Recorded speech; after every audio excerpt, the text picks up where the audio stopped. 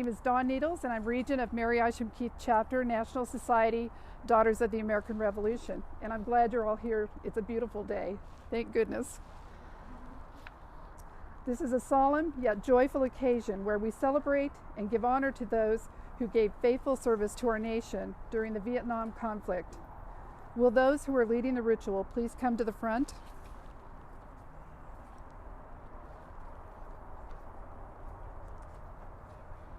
The invocation will be given by Laura Tazel, chaplain for Mary Isham Keith Chapter. Mrs. Tazel. The scripture is from Isaiah chapter 41, verse 10. Fear not, for I am with you. Be not dismayed, for I am your God. I will strengthen you. I will help you. I will uphold you with my righteous right hand. As we bow our heads in prayer, I invite you to pray in your faith and tradition as I pray in mine. Almighty God, creator and sustainer of all life, we ask your blessing on this gathering today. We thank you for the opportunity to assemble to honor the veterans of our nation's armed forces, and specifically our Vietnam veterans. May this observance be a reminder that our freedom was gained at a very high cost and should never be taken for granted. Father, we think often of the brothers and sisters in arms whose names are engraved on the black granite of the wall in our nation's capital. We think of their sacrifice. We pray for the families and friends of all those who served in Vietnam and in all wars. We remember their sacrifice. And we ask your blessing on the Vietnam veterans who have come today with hearts and minds full of memories, stories, and tears. We thank each one of them for their sacrifice and for their service. And we promise that we shall never, ever forget. Amen. Amen. Thank you, Mrs. Tazel.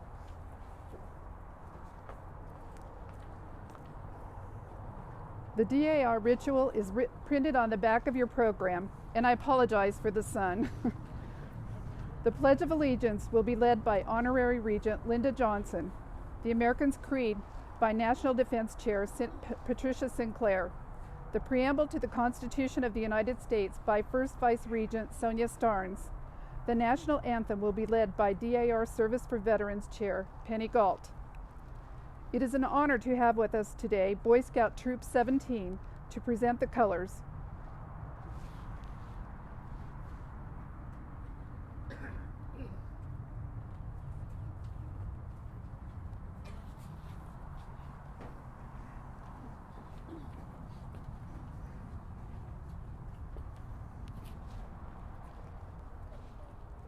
Not that part, this one.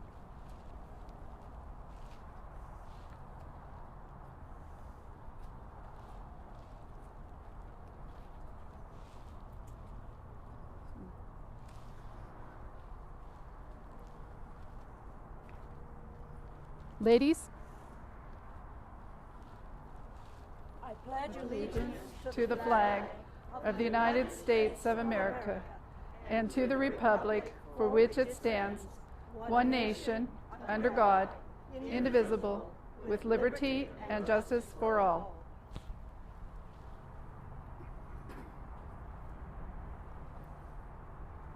I believe In the United States of America as a government of the people, by the people, for the people, whose just powers are derived from the consent of the governed, a democracy in a republic, a sovereign nation of many sovereign states, a perfect union, one and inseparable, established upon those principles of freedom, equality, justice, and humanity, for which American patriots sacrificed their lives and fortunes. I therefore believe it is my duty to my country to love it, to support its Constitution, to obey its laws, to respect its flag, and to defend it against all enemies.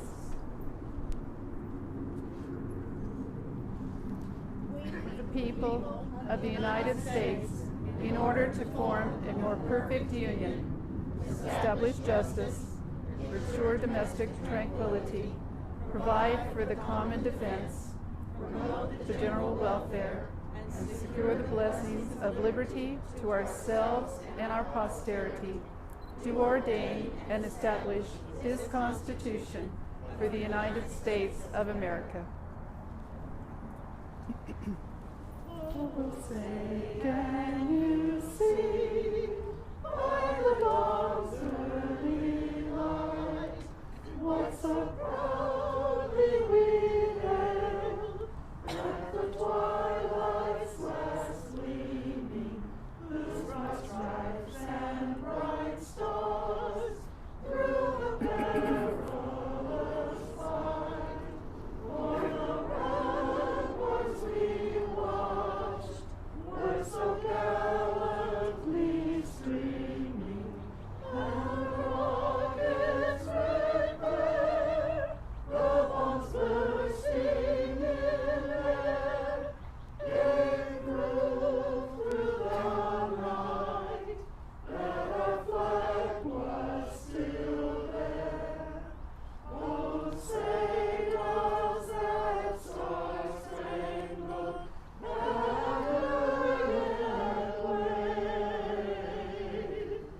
o'er the land of the free and the home of the brave? Post the colors.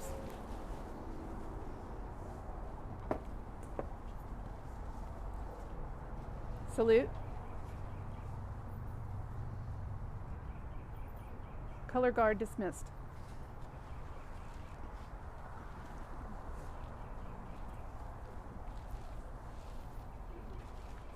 You may be seated.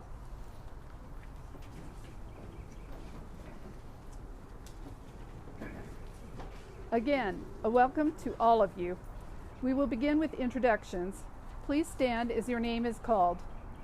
Dr. Martha Whitten Johnson, State Vice Chair, American Heritage Crafts. Officers of the Mary Isham Keith Chapter. Would you please stand? Thank you. Honorary Regent Linda Johnson. Keith Brock, Director of Horticulture for the Fort Worth Botanic Garden. Douglas Peterson, our speaker for today. Jim Hodgson, Executive Director for the Fort Worth Aviation Museum.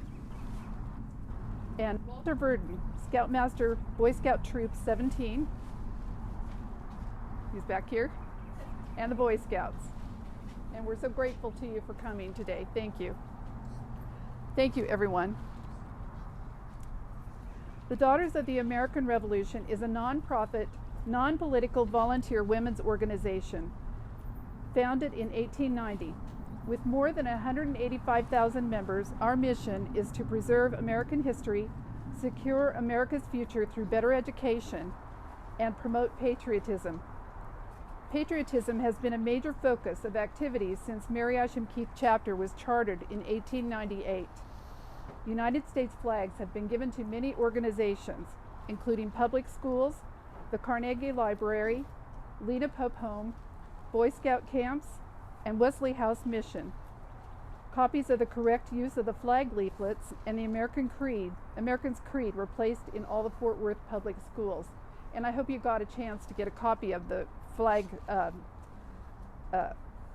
leaflet that shows the correct use of our flag.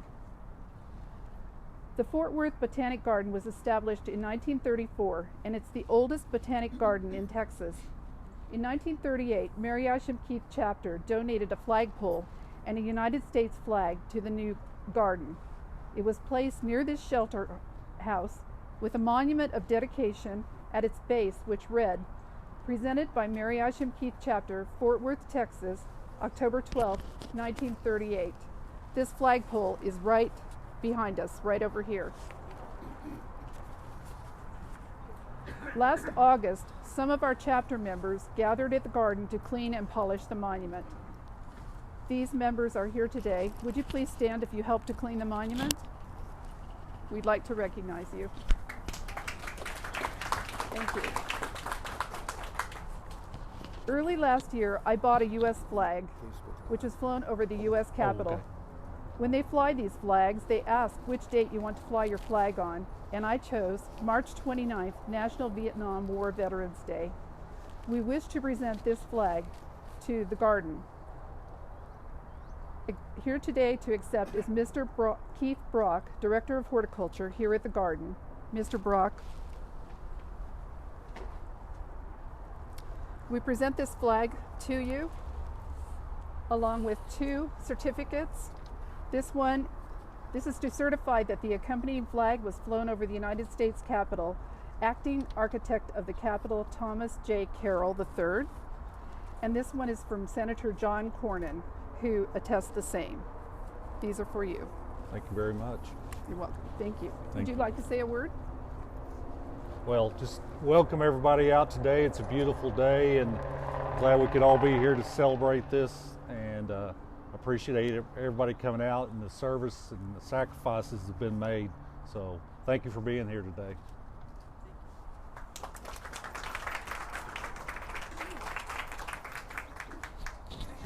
You betcha.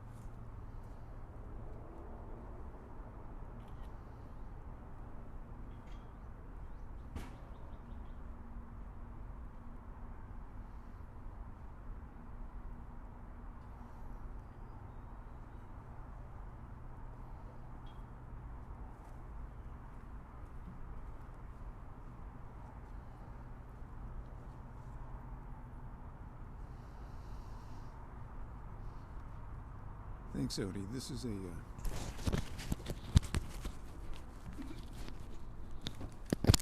is a Vietnam Veterans Commemoration here at the Fort Worth Botanical Gardens. Presentation is going to go on until almost noon local time, so we're going to go as long as the batteries last.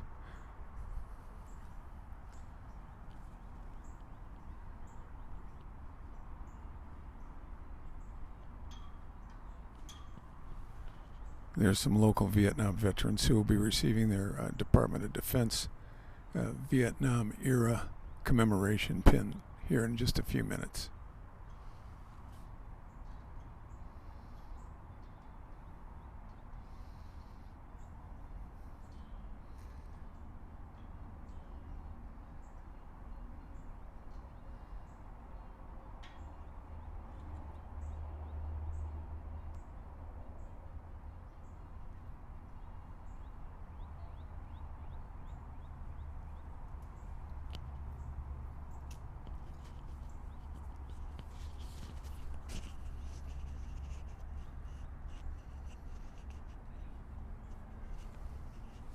And back to the rest of the program.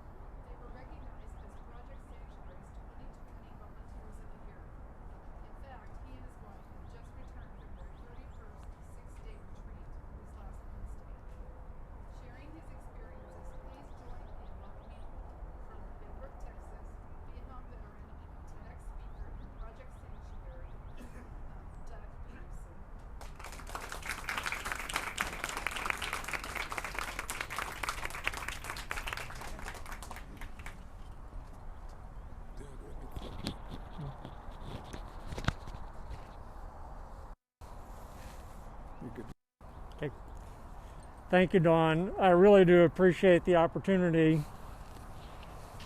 I'll take that off so you can hear me a little more clearly. Thank you for the opportunity to come out and share my experience with you and to celebrate this event out here today at the Botanical Gardens. It truly is a pleasure.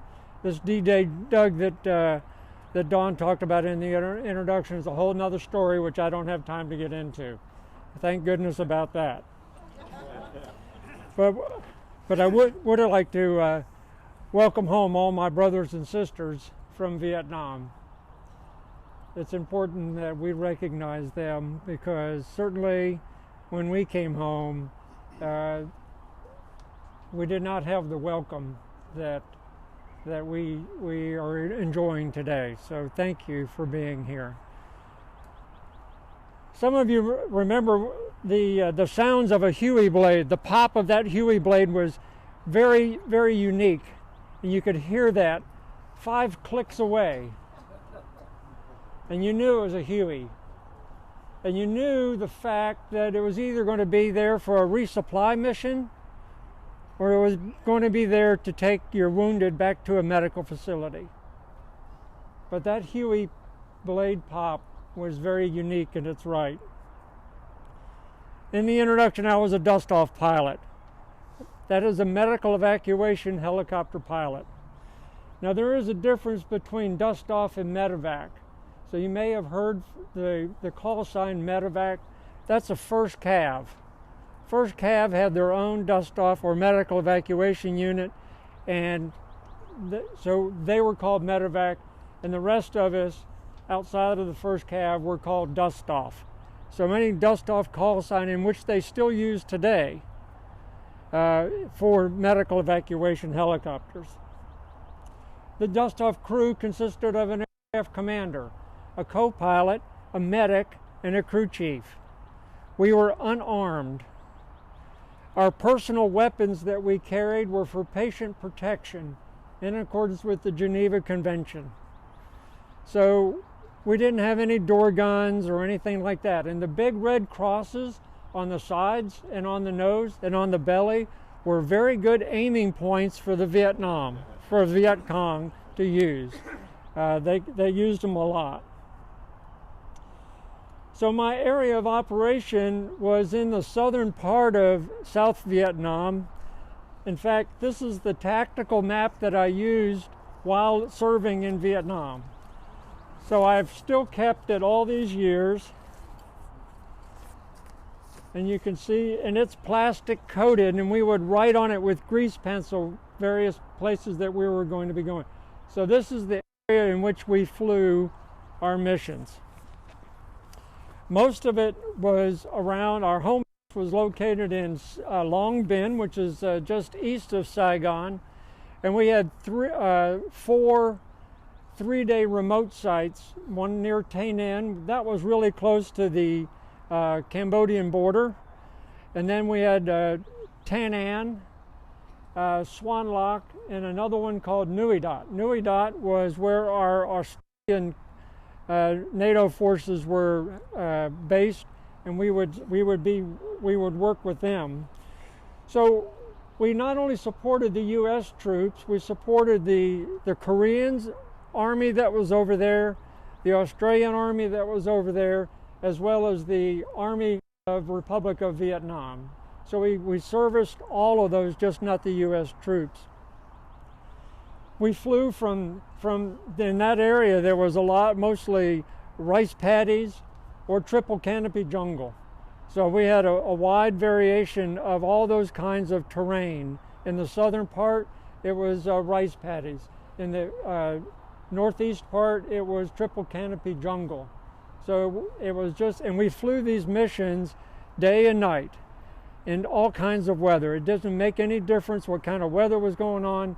If there was a dust-off mission and there was someone that was injured that needed to be taken to a medical facility, that's what we were there for, and that's what we did. That was our mission. Just like in the introduction, so others may live.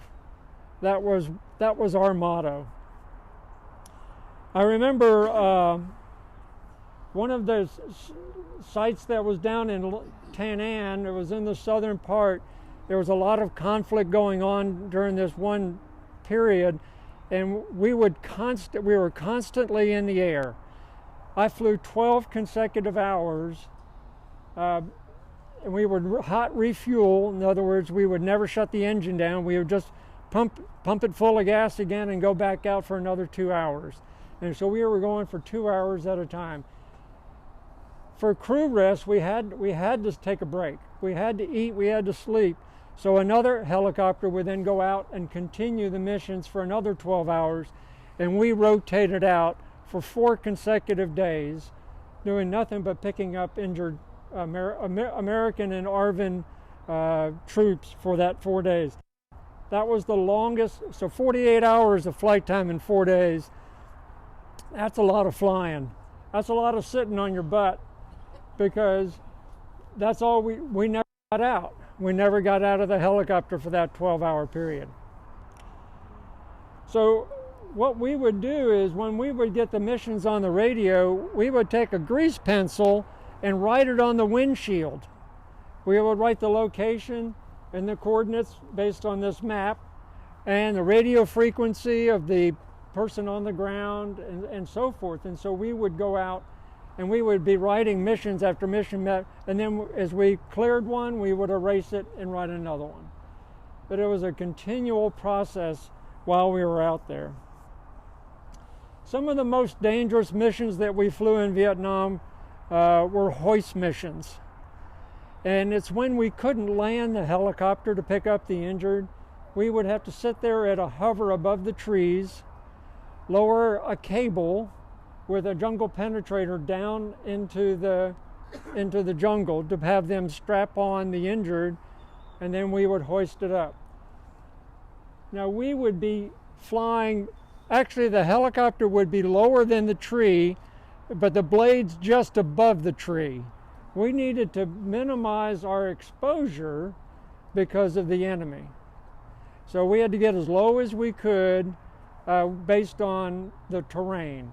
We would lower that. Now we're a sitting duck. So now we got this cable down there, and I'll tell you a funny story. A lot of the ground troops didn't know how to work the jungle penetrator, so it's a little, we had to kind of show them how to do that. And there's 3 little platforms that unfold after it's on the ground. Some of them thought they had to tie that to a tree so we didn't go away. No. You can't take that away from us. If these things start to happen, we need to be able to leave. And in fact, we had a way we could cut the cable if we needed to. We had to do that. So the TEDx talk that I give a 6-minute TEDx talk in San Antonio on one of the missions that I was doing, a hoist mission where I was shot down. And it's very detailed. I won't get into it here, but if you'd like to look at the TEDx video, it's on YouTube. But things happen very quickly, and we have to react and move and get it done. The good news is, even though I was shot down on that mission, I went back. We flew back we were taken back, picked up and taken back to the home base. I got in another helicopter and we went back out, and we finished the mission. So that's not part of the TEDx talk. I ran out of time. They'd only give you 6 minutes, so I ran out of time. But I'm telling you that the patient that we had gone there for was picked up. Another one of the funniest things that I've done on a hoist mission is I picked up a scout dog. Scout dogs were very high priority in the mission profile. So we had U.S. soldier was top priority, priority 1. Priority 1A was a scout dog. A priority 2 was a NATO, so a Korean or Australian, and so forth. But I picked up a scout dog, and here we are. He's been shot, he's wounded, this dog is, and the handler on the jungle penetrator is coming up and he's holding his dog. You know, we don't know what the dog is going to do once it gets in the helicopter, so hopefully he kept control of him. Our mission profile that we typically flew, we flew at 1,500 feet above the ground, and that was out of the small arms fire of the enemy. They weren't very accurate any higher than that, so we felt pretty confident we could fly at 1,500 feet and go pretty easily. What we wanted to do is we wanted to go from that altitude to the ground as quickly as we could. So we get into some pretty crazy maneuvers to get down from 1,500 feet down to the surface. There was what we call the golden hour. If from the time that an individual is wounded to the time that they get to a medical facility, if we could get that in within that hour, then they had a 90% survival rate. So it was very important that we try to meet that golden hour. During the entire Vietnam conflict, Dust-Off evacuated 900,000 patients. How many did you pull? Huh? How many did you pull in? I don't remember. Over half, 400,000, over 400,000 of those 900,000 were U.S. troops. Dust-Off flew 500,000 missions while we were over there. We lived by the motto, you know, so others may live, but we also live by no compromise, no hesitation, no rationalization. We just flew the mission. And that's what we were there for. You know, these are the dog tags that I wore in Vietnam. And they are a reminder to me that there is a Vietnam veteran walking around today that flew on one of my missions.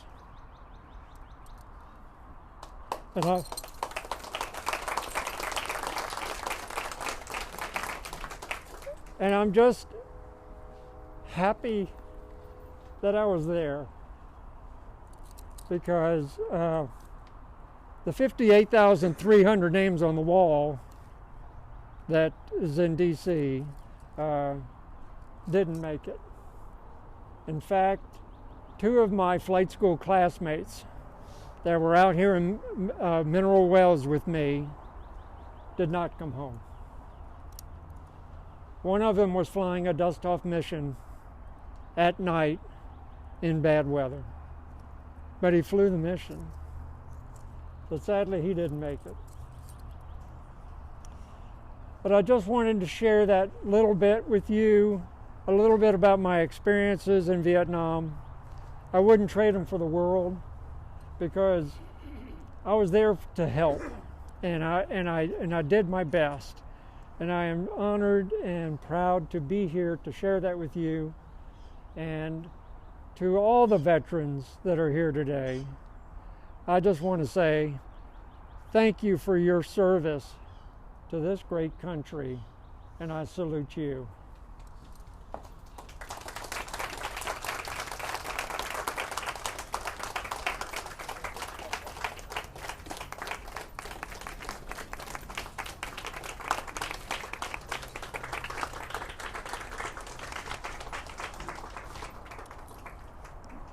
Doug, we're so happy you could share with us today, and it brings tears to my eyes. This is not much, but we would like to present this certificate to you in appreciation of you speaking to us today. And I want you to know that we're making a donation to Project Sanctuary. Oh, thank you very much. And I it will really be do. made for you in your honor. Thank you very much. I appreciate Thank that. you. So.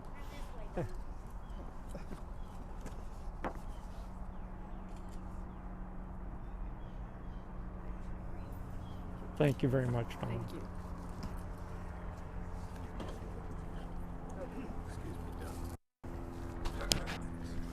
I'm just going to leave it.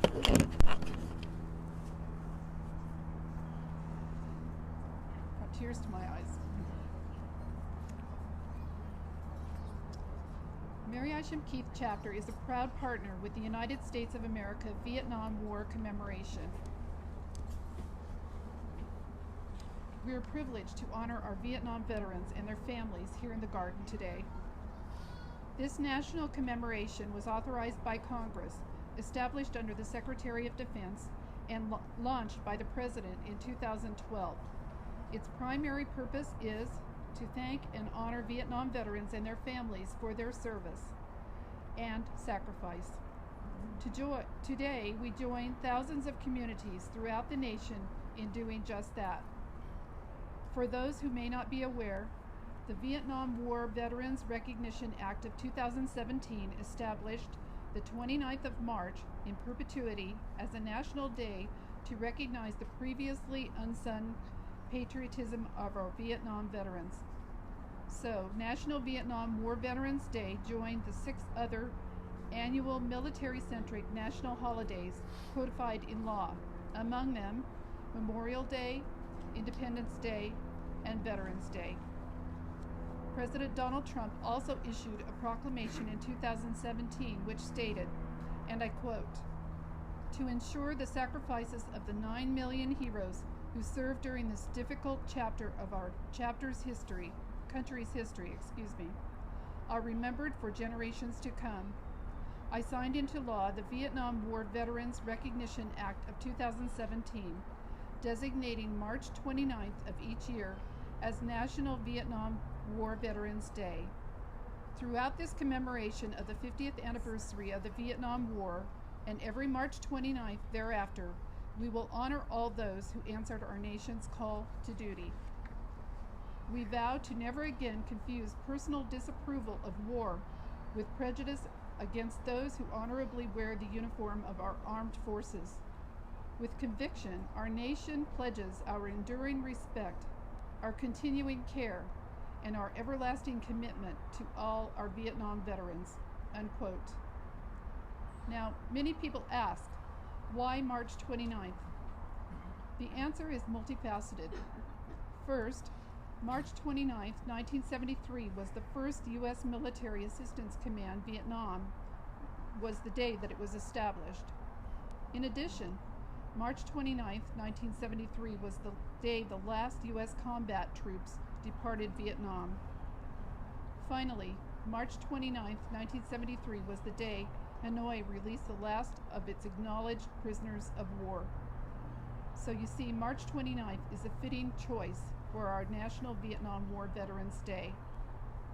In addition, the President's proclamation lists the number of veterans who served during this period as 9 million. This number reflects the fact that our national commemoration honors everyone who served on active duty in the U.S. Armed Forces from November 1st, 1955 to May 15th, 1975.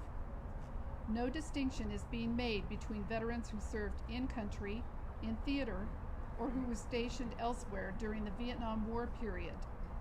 All were called to serve.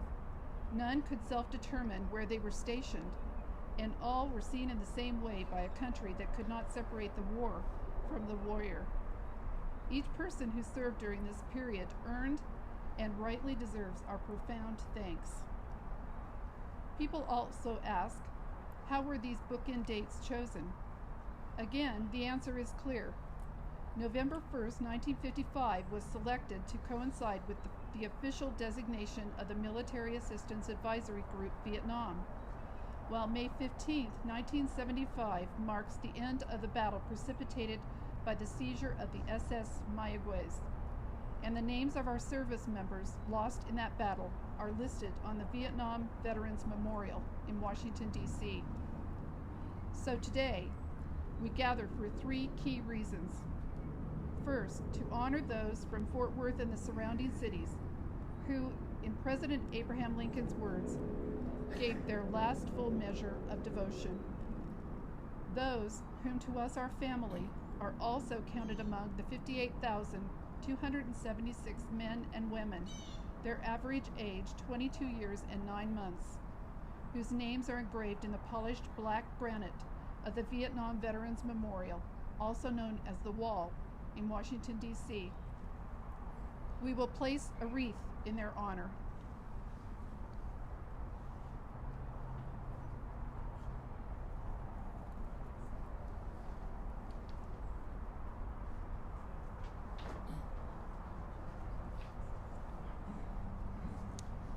At this point, I would like to ask Mr. Randy Dellis, a Vietnam veteran, to read a poem that he penned. Randy?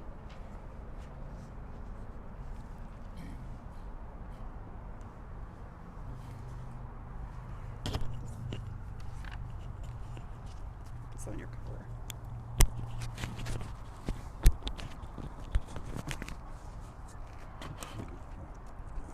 Thank you. This right here.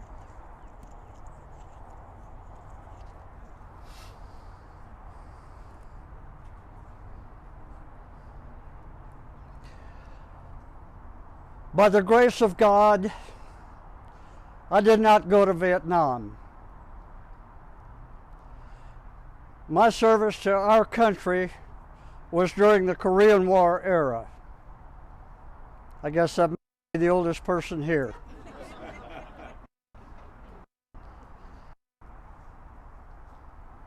I'm always honored to be in the presence of veterans, no matter what conflict. I think they're a special breed of people, and I do get emotional around them.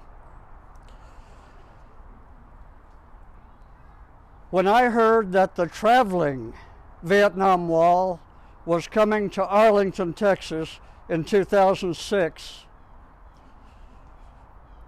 I felt compelled to write the following. I was but a lad, so much of life still ahead to see, when I was picked to fight in a country for other people's freedoms and liberty. Plans were left behind, and girls I'd never again see, when I heard the sound of bugles calling for me. Oh, it seems so long ago, now time stands still, or it seems to go so slow. I remember the sounds of war, of agony and pain, the sounds of the chopper blades as they dropped us in the LZ and left again. Alone in the jungle, oh, so steamy and hot. I remember insects, snakes, and the jungle rot. An enemy, just a ghost of a shadow. Now you see him, and then not. And then all of a sudden, the quiet solitude is shattered. Oh, I remember it well. Bullets, grenades, mortars, screaming demons from the sound of hell. And I remember the kid beside me. Oh, his story I will not tell, for he was still so new, and we didn't know him well. And in a war that made young men old, there was no glory, no medals or gold. There are only scars and memories, all much too grim to be told. Now it's said that one doesn't hear amid all this strife and chaos the sound of the bullet near that takes one's life.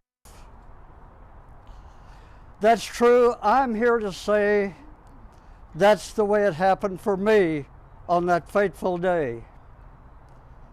But I'll remember those I left behind, those names great and small, whose memories will forever live within this hallowed wall. Thank you.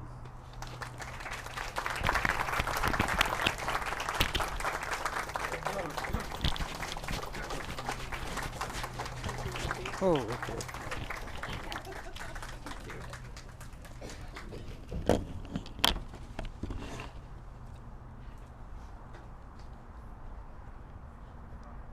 Please join me in a moment of silence, respecting their collective sacrifice.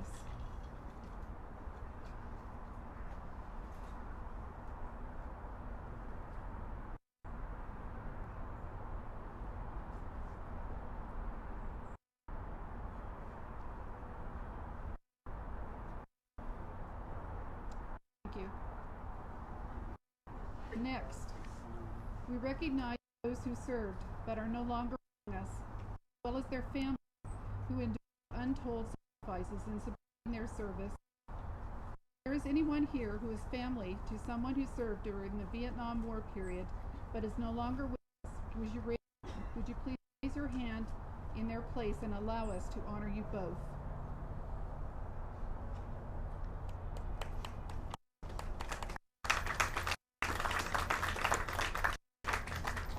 Thank you for the sacrifices you made that enabled your loved one to serve. Finally, we gather today to humbly thank and honor the Vietnam veterans living in this community. Accordingly, I ask everyone who served on active duty at any time from 1st November 1955 to 15 May 1975, regardless of location, please stand so that we might recognize your service and sacrifice, and finally acknowledge you in the way you richly deserve.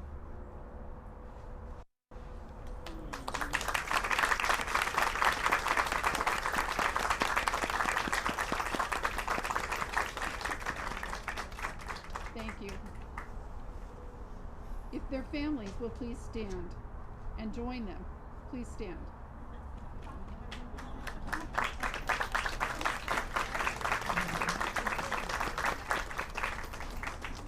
You also are to be commended for the sacrifices that you endured on behalf of this country. Clearly, there is something about this special day that stirs our hearts.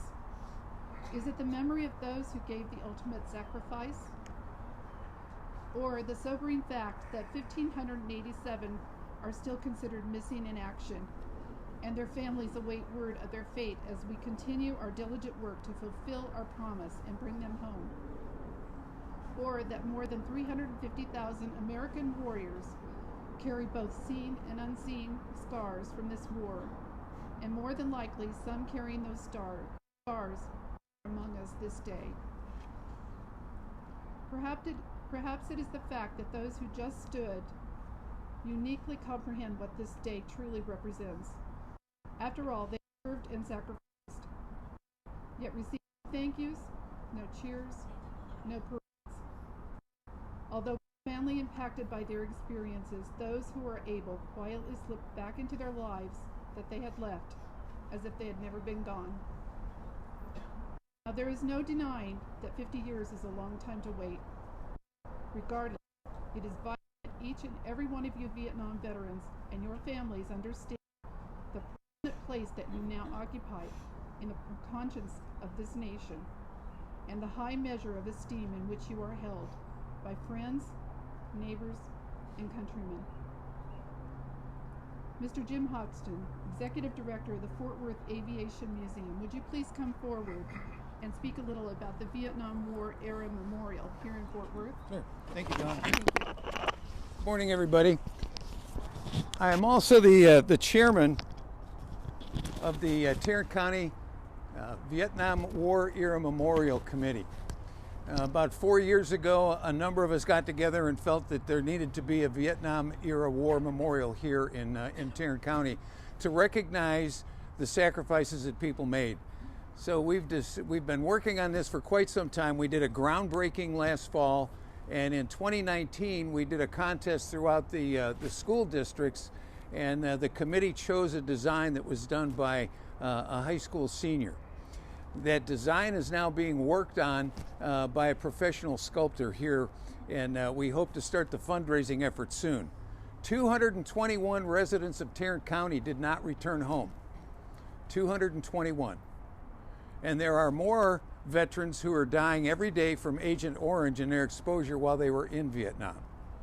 So our memorial is going to enumerate the names of each one of those individuals, and the memorial will be at Veterans Memorial Park off of Camp Bowie.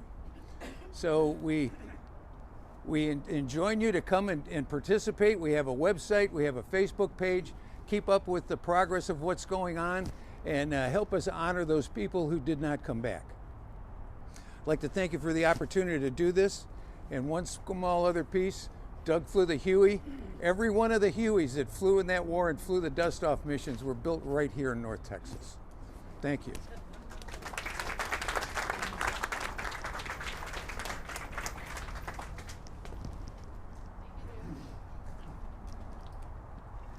Today we have the distinct privilege of honoring these men. As a lasting memento of our nation's gratitude, the commemoration designed a Vietnam veteran lapel pin with the intent of having commemorative partners publicly present to each veteran who served during the Vietnam War period. This lapel pin is beautifully struck and features an eagle's head, representing courage, honor, and dedicated service, stripes representing our nation's flag, and 6 stars representing the allies who served, sacrificed, and fought alongside one another, all encircled by a wreath of blue, matching the canton of our national flag, and signifying vigilance, perseverance, and justice. The phrase, "A grateful nation thanks and honors you," is embossed on the reverse side, along with the commemoration's name. Veterans, as your name is read aloud by Mrs. Ms. Starnes, would you please come forward to receive your lapel pin and remain up here to observe your photo after all the presentations are complete. As each pin is presented, would you please say a few words about your service, if you were willing to do that? Also, That needs to be turned around. Thank duty in the military at any time between November 1st, 1955 and May 15th, 1975, regardless of location. We invite you to come forward and we will be privileged to present your lapel pin. Madam Vice Regent Sonia Starnes.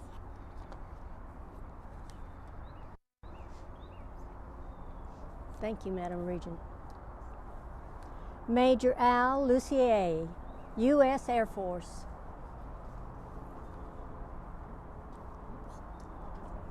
Oh, okay. A grateful nation honors and thanks you and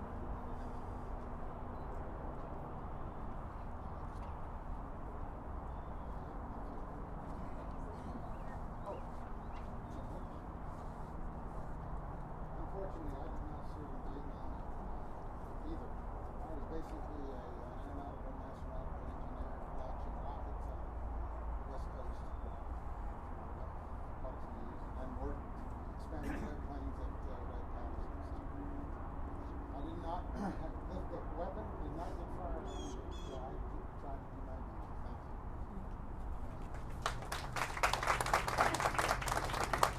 Thank you. Captain F. Kurt Tazell, U.S. Air Force. Just stay up there. Kurt, a grateful nation thanks and honors you and welcomes you home.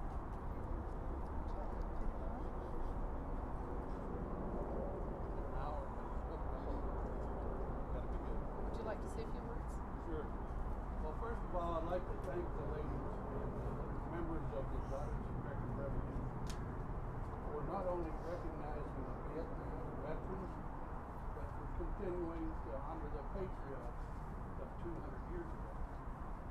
But in my service, I served as a B-52 pilot at Carswell Air Force Base in Fort Worth, and then a year in Thompson Newt in reconnaissance.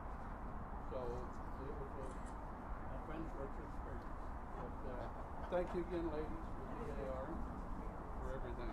Thank you.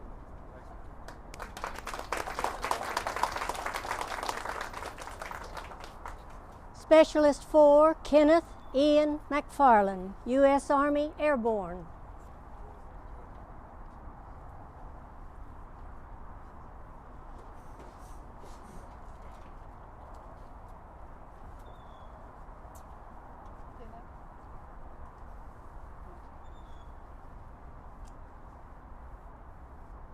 On behalf of a grateful nation, we honor and thank you for your service, and we welcome you home.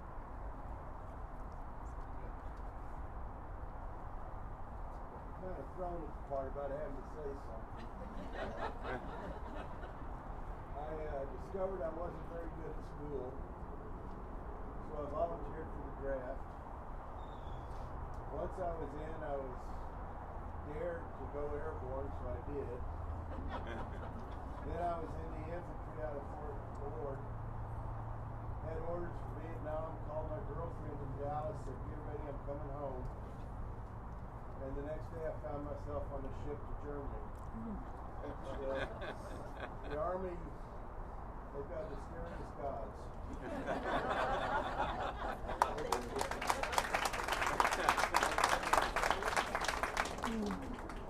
Chief Master Sergeant Robert L. Anderson, U.S. Air Force.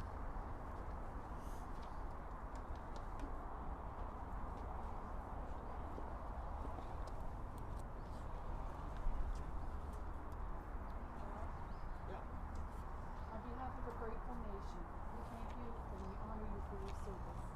Welcome home. Thank you. Appreciate that.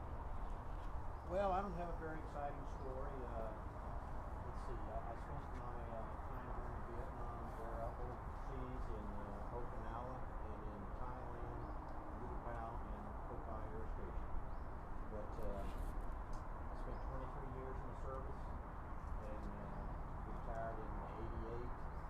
And then I went to work for Homeland Security, ran security teams into Mexico for many, many years in Venezuela. And if you don't think there's a crisis on the border, there is, because I spend a lot of time on the border too. But I want to thank the Daughters of the American Revolution for putting this thing together. And basically, this is the first time that I've been recognized for my service outside of being in the service. So, anyway, thank you very much. Appreciate it.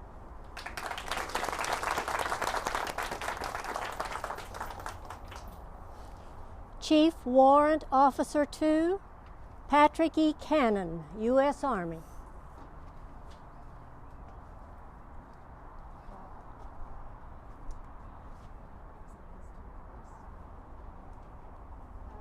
On behalf of a grateful nation, we honor and thank you for your service and we welcome you home.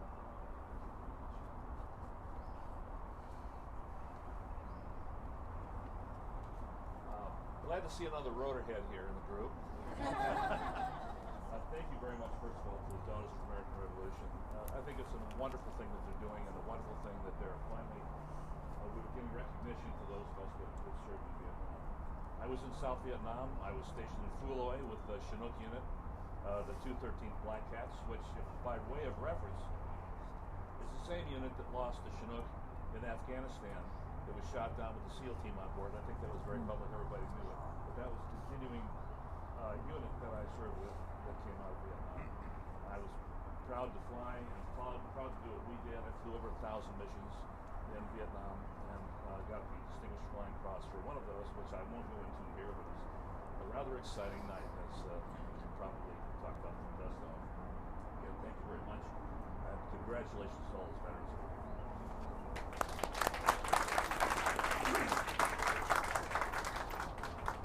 Radar Man, 3rd Class, John Bowser, U.S. Navy. John, on behalf of a grateful nation, we welcome you home and thank you for your service. And welcome home.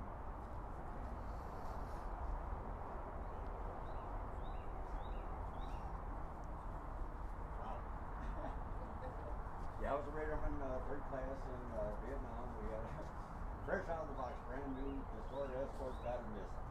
We had those brand new Sparrow surface to air, hot out of the box. We did everything over there. We did a lot of search and rescue, and even did a close-in shore bombardment. We were able to go a little bit up the river. We had a shell and aircraft to do that. They had us do a little bit of everything, but everything was brand new and spanking good. Luckily, we didn't have any air attacks, because as soon as we got back, we replaced those Sparrow missiles with ones that worked. But the Lord brought me through all that bad and ugly stuff and brought me to this good right now. Got 4 Mark Thank you all.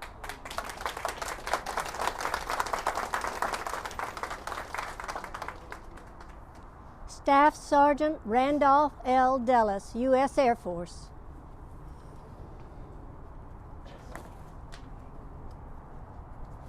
Randy, on behalf of a grateful nation, we honor and we thank you, and we welcome you home. Thank you very much, Ms. Miller. I appreciate this very much.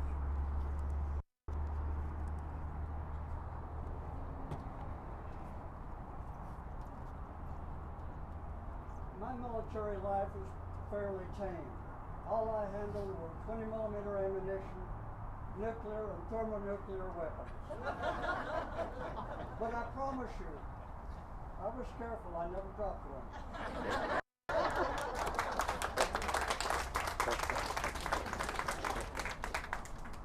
Sergeant Harry James Jr., U.S. Marines.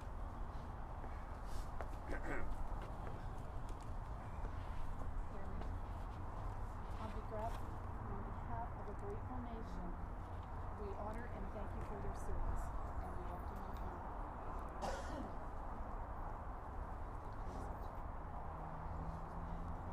Thank you to the daughters of the American Revolution.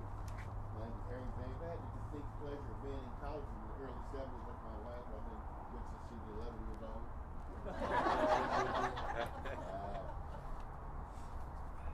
I thought they'd draft in the Marines. I was in college and dropped out, and I don't know how they found me, but they did. And I ended up in and around Saigon. I had the distinct pleasure of being a military policeman. Are there any other Marines in the house? Hoorah! Hoorah! But I'm glad to be here, and I haven't done anything since I got out some 40-some years ago. The first time I've ever been to anything because I've been suffering with a whole bunch of stuff. But I'm proud to be here and welcome home to all the veterans.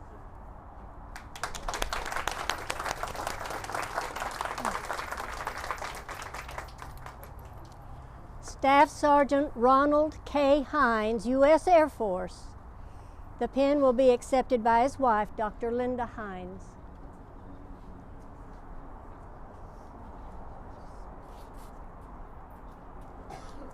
Linda, on behalf of a grateful nation, we honor Ronald and we welcome him home, and we're grateful for his service. Linda has asked me to read a few words to you about Ronald.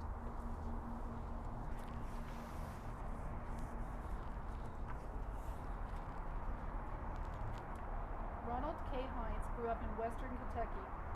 Strong of body, heart, and mind, he entered the U.S. Air Force and served for 11 years. He was retired with honors as a staff sergeant. Orders to Vietnam were the same date, October 23, 1967, as the due date for their son Daniel to be born.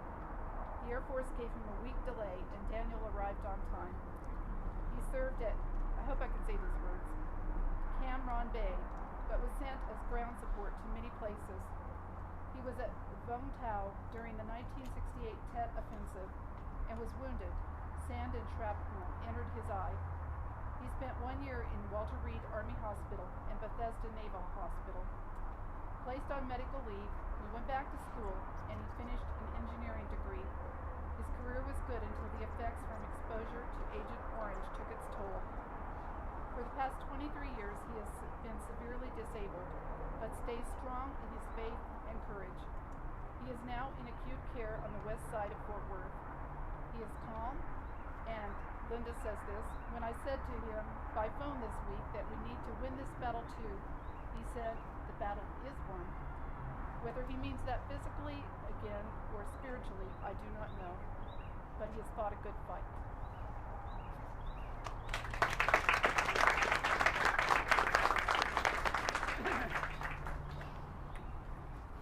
Major James C. Holler, U.S. Air Force, will be accepted by his son, Jeff Holler. Jeff, we are proud to present this certificate to you on behalf of your father's service, and we're so glad he came home. Accept this pin on behalf. I want to thank my wife Chelsea and Sergeant American Revolution series.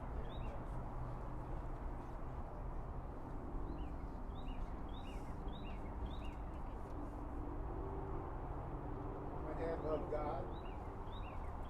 He loved my mom and our 4 kids. He loved our country. He loved the flag. It represented the ideals of the United States of America. And I want to thank you for keeping that flag flying over the Botanical Garden of Fort Worth and for educating the next generation on what it means to our country. My dad was a fighter pilot in the U.S. Air Force. He loved what he did. That may have been his first love, actually. Flying airplanes.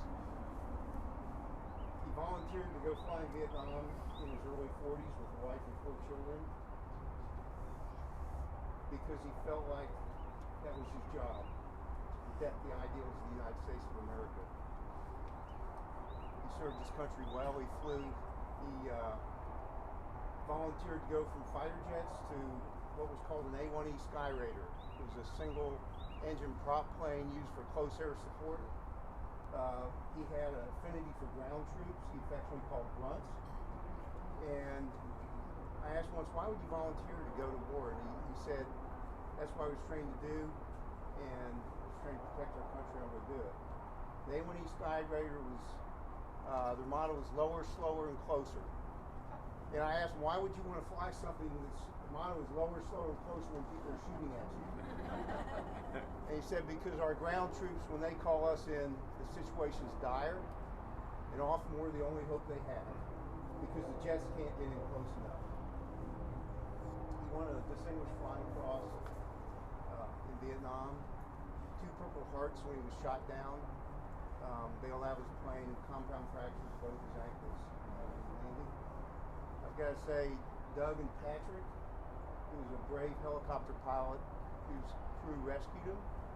They had the option to go in and pull him out. He was in a high area because he was flying close air support. They couldn't hoist him out. They had to land and pick him up because he had 2 compound fractures.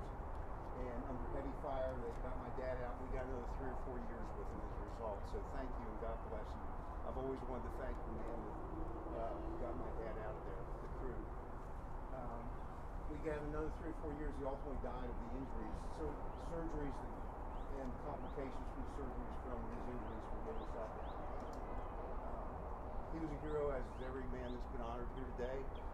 And I want to thank you all for your service. And God bless you.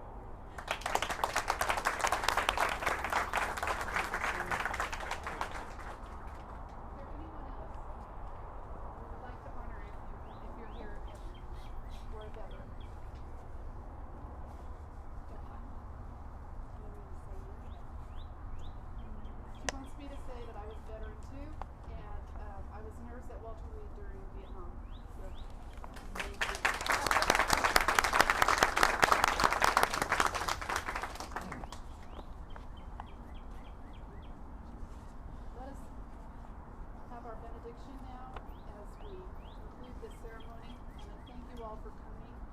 It's been an emotional time, but I think it's a joyful time.